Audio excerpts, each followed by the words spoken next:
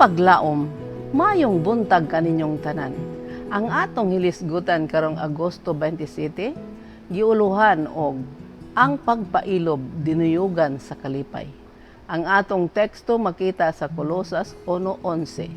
Hinaot unta nga maglinig unay kamo sa tanang kusog, sumala sa iyang mahimayaong gahom, alang sa tanan pag-antos og pagpailob dinuyugan sa kalipay.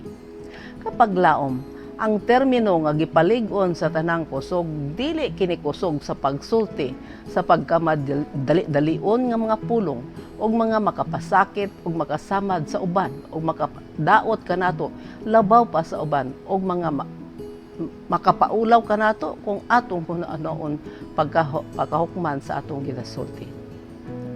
Pagpailob uban ang pagkamalipayon.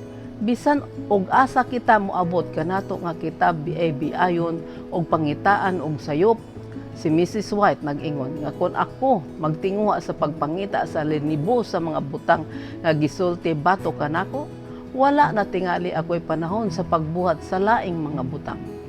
Ako nagaingon, ang Dios nasayod niining tanan og siya na ang bahala niining tanan. Wala gayud akom naguol kung unsay ginasulti sa mga tao mahitungod kanako.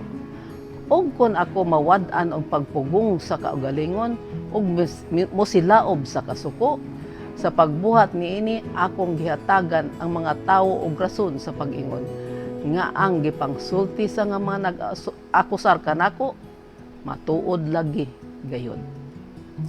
Dili gayud kita mawad-an sa pagkontrol sa atong kaugalingon.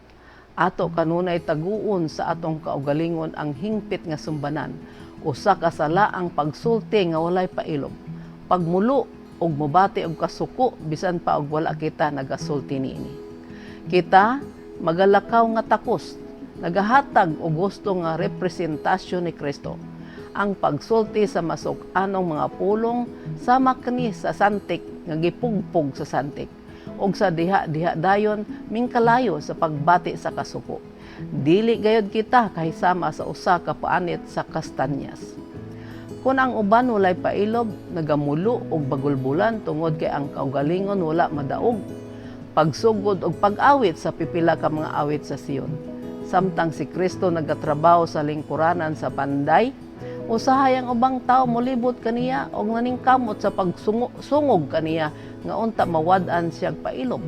Apan siya nagmagasugod sa pag-awit sa pipila ka matahom nga mga salmo ug sa wala pa niining mga tao na amgo ang ilang gibuhat, sila miduyog kang Hesus sa pag-awit.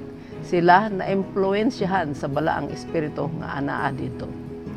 Ang Dios nagatingwa nga kita magmapailubon sa kagul-anan o kasakit, kontento sa pagpahulay sa iyang mga dagkong bukton sa walay kinutubang gugma ug nagatuo nga ang Dios nagabuhat alang kanato sa tanang panahon.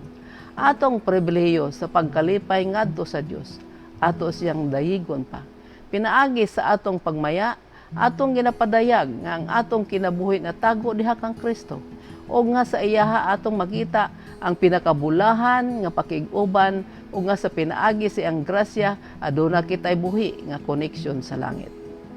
Kapaglaom, ang Dios nagtinguha nga kita magmapailubon sa tanang panahon, sa kaguluanan man o kasakit. Ang pulong ni Apostol Pablo nga nagaingon, gipalig-on sa tanang kusog, wala nagapasabot nga magasulti kita, o wala huna-hunaa nga mga pulong, nga makapasakit, o makasamad sa kasing-kasing sa uban, o magadaot labi na gayud kanato. Ang atong himuon aron dili kita makapasakit sa uban pinaagi sa atong pagkamadali-dalion sa pagsulti mao ang pagkontrol sa atong kaugalingon. O kung ugaling adunay mga tawo nga walay kontrol sa ilang kaugalingon maghatag og kapungot kanato, atong buhaton mao ang pag-awit sa matahong nga awit nga pangjusnon og ang gahom sa espiritu magapatunga og hatagan kita og kalinaw. Atong dayigon og samot ang Dios ug ang atong kalipay matago diha kang Kristo. Magampo kita. Diyos og may gugmaon namong Aman sa langit. Nagaampo kami nga imo kaming lig-unon sa panahon nga kami biay-biayon ug pasakitan sa mga hait nga pulong nga adtong mga tawo nga ang ilang kaugalingon wala gipaubos. Hinaot pa Ngatagan mo kami og kasing-kasing nga mapailubon og among hunaon-naon nga ikaw uban usab gibiay-biay o gisakit o gihatagan mo kami og ehemplo kung unsaon namo kini mga sakit nga kasinatian sa pagdaog-daog sa ngalan ni Hesus. Amen.